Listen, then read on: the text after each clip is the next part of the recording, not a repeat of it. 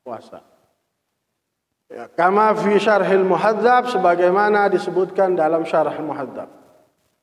Wa shawaba fi rawdah al-jazmu bil qadim, itu dia ya, tadi kita sebutkan. Dibenarkan dalam kitab Ar-Rawdah Al-Imam Nawawi al-jazm, kepastian, bil qadim, akan pendapat dalam mazhab yang lama. Itulah yang dipilih dan yang dikatakan mu'tamad.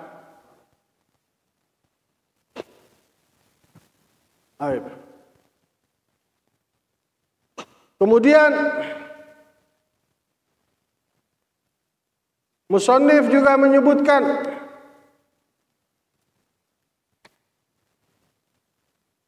tentang orang-orang yang tidak mampu untuk berpuasa.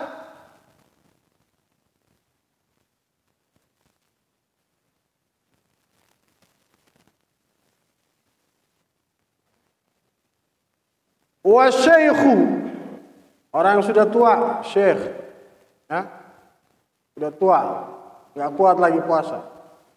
Wal ajuz, juga ajuz, syekh laki-laki, ajuz perempuan. Ajuz orang yang lemah, ya, makanya orang tua dibilang ajuz. Al marid, orang yang sakit, alladzi la yurja bur'uh, yang tidak bisa disembuhkan penyakitnya. In ajaza kullun minhum 'anis shaum, kalau semua mereka itu tidak mampu untuk berpuasa, wa yuftir wa yut'im min kulli yaumin mudda, maka mereka boleh berbuka, tidak puasa, dan memberikan makan setiap hari 1 mud sebagai gantinya. Ya, kalau kita ada orang yang tidak mampu untuk puasa, orang sakit, karena sudah tua kah, karena sakit kah, ya, maka sakit yang tidak dapat disembuhkan, ya, maka boleh mengganti hari puasa yang ditinggalkan dengan memberikan makan setiap hari satu mud, dan boleh didahulukan, ya, karena itu sudah ketahuan bahwa dia nggak akan puasa 1 bulan, maka sebelum masuk Ramadan boleh kita bayar 60 mud, ya, 30 mud, 1 hari 1 mud berarti 30 hari 30 mud, ya, di hari pertama puasa atau sehari sebelum puasa boleh kita bayarkan 30 mud.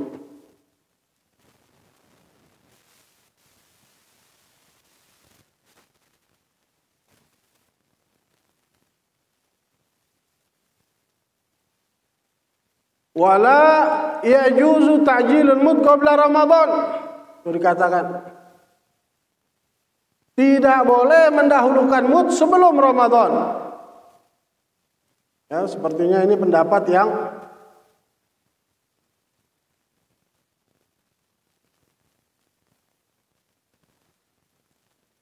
yajuzu ta'jilul mud qabla Ramadan, bal la yajuz ta'jilul fidyatu yawmin qabla dukhuli lailatihi, wa yajuz ba'da al-fajr kulli yawm wa ba'da ghurubi syams fi lailatin kulli yawm, li'annahu yajuz ta'jilul fidyah kulli yawm fi ba'da fajr kulli.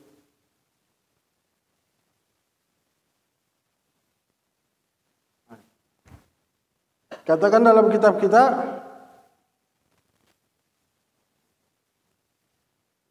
wala yajuz ta'jilul mud qabla Ramadan, tidak boleh mendahulukan mud sebelum Ramadan.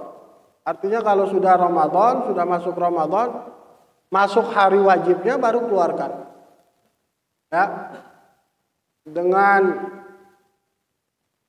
adzan subuh masuk hari wajibnya, maka keluarkan 1 mud. Kemarin ada baca kayaknya boleh didahulukan 30. Ada sahabat yang melakukan seperti itu. Sayyidina Anas bin Malik atau siapa? Enggak salah. Ya. Jadi karena dia sudah tahu 1 bulan dia nggak bisa puasa Ramadan, maka dia bagikan 30 mud untuk mengganti puasanya di hari pertama. Dia bagikan semua.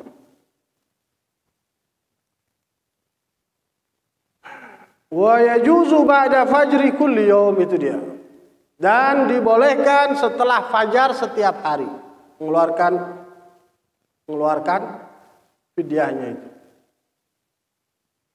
Walhasil orang yang tidak mampu untuk puasa karena lemah, sakit, tua, ya, sehingga kalau puasa dia akan mendapatkan kesulitan, kesusahan yang akan membuat penyakitnya tambah parah atau kelemahannya semakin lemah, ya. Maka mereka mengeluarkan fidyah setiap hari 1 mud. Begitu juga orang yang hamil dan menyusui. Jika takut atas orang lain, atas bayinya misalkan, ya, maka wajib qadha dan mengeluarkan fidyah. Kalau dia takut atas orang lain, atas bayinya. Kalau orang yang hamil dan orang yang menyusui takut atas orang lain atau atas bayinya, maka wajib qadha dan fidyah. Tapi kalau dia takut atas dirinya sendiri, maka wajib qadha saja. Ya. Bagaimana dikatakan dalam kitab kita, wal hamilu wal murdi', dan orang hamil dan menyusui, in khafata, kalau keduanya takut, ala anfusihima, atas diri mereka berdua, dararan yalhaquhuma bis-shaum kadararil marid, ya, bahaya yang akan mereka dapatkan karena puasa seperti yang akan didapatkan oleh orang yang sakit kalau dia puasa. Aftarata, maka keduanya boleh berbuka, orang yang hamil dan orang yang menyusui itu. Wa wajaba alaihimal qadha, dan wajib atas keduanya qadha saja hari itu, ya, tidak fidyah. Wa in khafata ala auladihima, kalau takut atas kedua anaknya, orang yang menyusui itu takut atas anaknya, orang yang hamil itu takut atas anaknya, kandungannya, ayasqatul walad, takut keguguran atau takut anaknya enggak bergizi. Ya. Isqatul walad fil hamil wa qillatul laban fil murdi', keguguran pada orang yang hamil dan sedikit susu pada orang yang menyusui. Aftarata, maka keduanya boleh berbuka. Ya. Keduanya boleh berbuka, dan wajaba alaihimal qadha wal kafarah, wajib atas keduanya qadha juga kafarah. Apa kafarahnya? Wal kafaratu an yukhrija an kulli yaumin mud, dan kafarahnya itu adalah mengeluarkan setiap hari 1 mud. Ini wajib qadha, dan kalau wajib qadha dan 1 mud fidyah kalau takut atas bayi. Tapi kalau takut atas dirinya tidak wajib fidyah, tidak wajib kafarah, hanya qadha saja. Baik.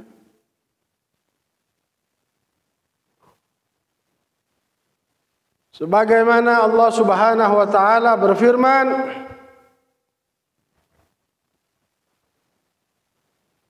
wa 'alal ladzina yutiqunahu fidyatut ta'am. Dan bagi mereka yang tidak mampu, la yutikunahu, harus ya, lanya muqaddarah, lanya dikira-kirakan, diperkirakan atau disembunyikan. Karena bunyi ayatnya wa 'alal ladzina yutiqunahu fidyatun, dan atas mereka yang mampu fidyah. Ya. Kalau kita mau artikan ayatnya begitu. Tanpa la. Nah, para ulama mengatakan lanya itu muqaddarah, tersimpan, tersembunyi. Jadi bacanya harus, makna ayatnya harusnya wa 'alal ladzina la yutiqunahu fidyatun, dan atas mereka yang tidak mampu membayar fidyah. Itu cocok. Kalau kita artikan dan atas mereka yang mampu membayar fidyah, ya bagaimana dia mau bayar fidyah kok orang dia mampu? Kan nggak masuk. Ya, yang nggak mampu bayar fidyah. Kalau mampu ya ngerjain. Kan gitu. Wa kana Ibnu Abbas wa Aisyah yaqra'an wa 'alal ladzina yatuquna. Ya. Ibnu Abbas dan Sayyidah Aisyah radhiyallahu anhuma membaca ayat itu wa 'alal ladzina yatuquna, bukan yutiquna.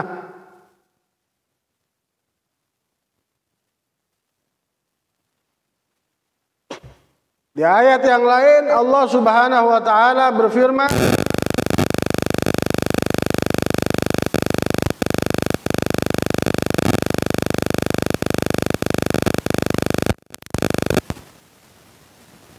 wa man kana minkum maridan aw ala safarin fa iddatun min ayyamin ukhra.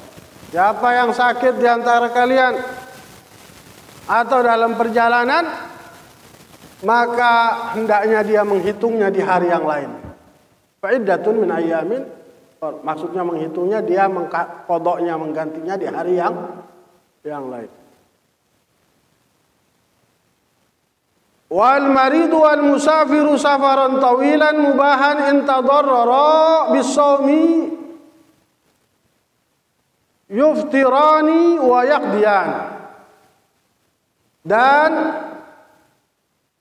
orang yang sakit juga orang yang musafir dengan safar tawil. Safar tawil, perjalanan yang panjang.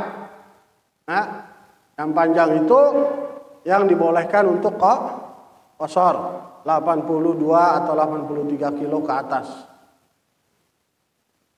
Kalau mereka merasa kesulitan, ya, merasa kepayahan karena sakit atau perjalanannya itu, maka yuftiran wa yaqdiyan, mereka berdua boleh membatalkan puasanya dan mengqadha, sebagaimana ayat yang tadi kita bacakan, ya. Wa man kana minkum maridan aw ala safarin fa iddatun min ayyamin ukhra.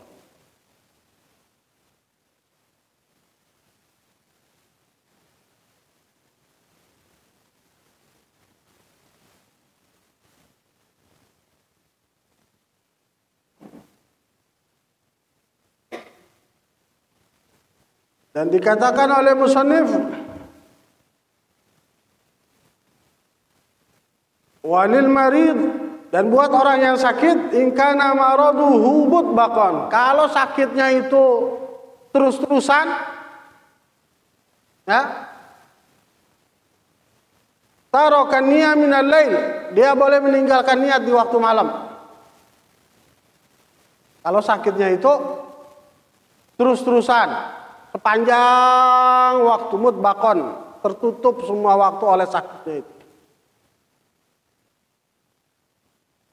Wa in lam yakun mutbaqan, kalau sakitnya itu tidak terus-terusan, kama law kana yahum waqtan duna waqtin, seperti dia meriang satu waktu tapi tidak di lain waktu. Tidak, dia meriangnya kalau sore doang atau kalau tengah malam doang meriang, kalau udah mau pagi gitu ya. Udah mau pagi sembuh. Wa kana waktu syurubi shaum mahmuman falahu tarakun niyah. Dan ketika akan masuk waktu puasa itu dia dalam keadaan meriang, demam, maka dia boleh meninggalkan niat. Wa illa fa alaihi niyya lailan. Kalau tidak, maka dia wajib niat di waktu malam. Fa in 'adatil humma wahtaja lil fitr aftar. Kalau kembali meriangnya itu, demamnya itu dan butuh untuk membatalkan puasa, boleh dia membatalkan. Dan ukuran sakit yang dibolehkan untuk membatalkan puasa itu adalah sakit yang ditakutkan atas dirinya mahdhurut tayammum. Yaitu kalau dia takut atas jiwa, dia takut atas manfaat anggota tubuh, ya, takut bertambahnya sakit, takut munculnya penyakit baru, itu namanya mahdhurut tayammum. Dia boleh batalin puasa. Itu sakit, ukuran sakit yang dibolehkan untuk membatalkan puasa. Kalau dia takut atas jiwa, kalau dia puasa dia takut nanti mati. Atas manfaat anggota tubuh, kalau dia puasa takut nanti matanya buta, kupingnya budak atau apalah gitu. Ya, kakinya jadi nggak bisa jalan, lumpuh misalkan. Bertambahnya masa sakit, bertambahnya masa sakit. Kalau dia puasa harusnya 2 hari sembuh, kalau karena puasa jadi 1 bulan nggak sembuh, itu juga boleh. Munculnya penyakit baru, luka baru, itu juga boleh. Itu ukurannya sakit yang dibolehkan untuk membatalkan puasa. Ya. Dan bagi musafir juga disyaratkan dia harus sudah memulai perjalanan ketika waktu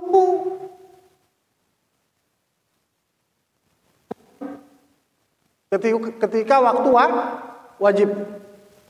Artinya ketika datang waktu wajib, yaitu subuh, dia sudah harus keluar dari kampungnya.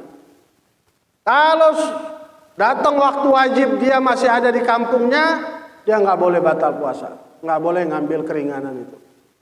Ya. Jadi dia harus keluar dari kampungnya ketika waktu wajib. Dia sudah harus ada di luar dari kampungnya ketika datang waktu wajib puasa, yaitu waktu subuh. Artinya dia kalau mau jalan dari rumahnya ya sebelum subuh. Gitu.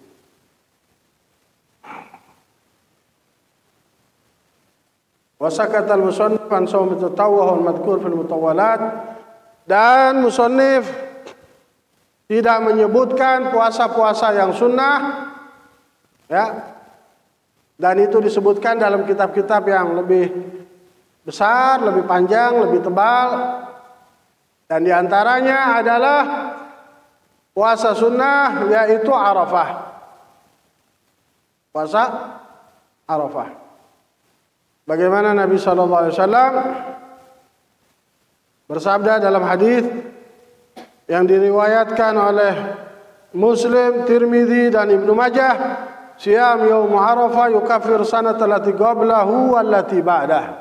Puasa di hari Arafah menghapus 1 tahun yang sebelumnya dan 1 tahun yang setelahnya. Hari Arafah yaitu tanggal 9 Dzulhijjah. Kemudian hari Asyura. Hari Asyura yaitu tanggal 10 bulan Muharram. Nabi SAW bersabda dalam hadis yang diriwayatkan oleh Muslim, Tirmidzi dan Ibnu Majah,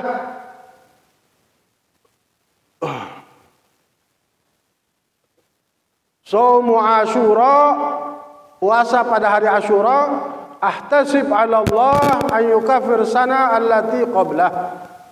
Saya menduga ya, bahwa Allah akan menghapuskan dosa 1 tahun yang sebelumnya. Nah, disunahkan juga hari Tasu'anya, hari ke-9-nya. Sebab Nabi SAW bilang di tahun terakhir pada masa hidupnya dalam hadis yang diriwayatkan sama oleh Muslim, Abu Daud dan Tirmidzi, la in bagitu ila qabilin la asumanna at-tasi'. Kalau saya masih hidup sampai tahun depan, saya akan puasa di hari ke-9. Juga disunahkan untuk puasa Ayyamul Bidh, hari terang, ya, yaitu 13, 14, 15 dari setiap bulan. Kenapa dibilang hari terang? Karena bulan lagi terang, gitu, lagi bulan purnama. Ya, juga disunahkan Ayyamis Sud, hari gelap, ini tanggal 1, 2, 3 dari setiap bulan. Kenapa dinamakan hari gelap? Karena bulannya baru mau muncul, gelap.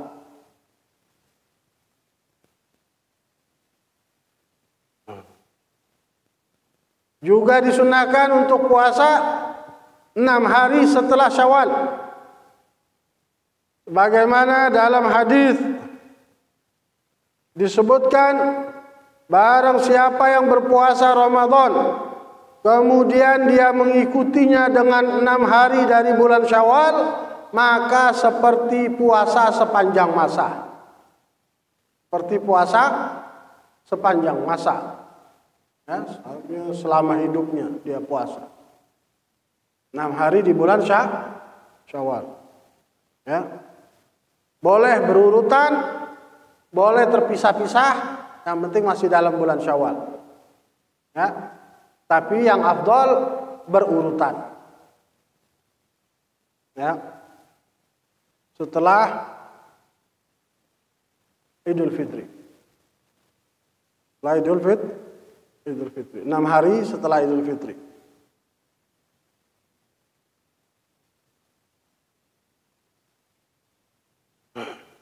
Wallahu a'lam.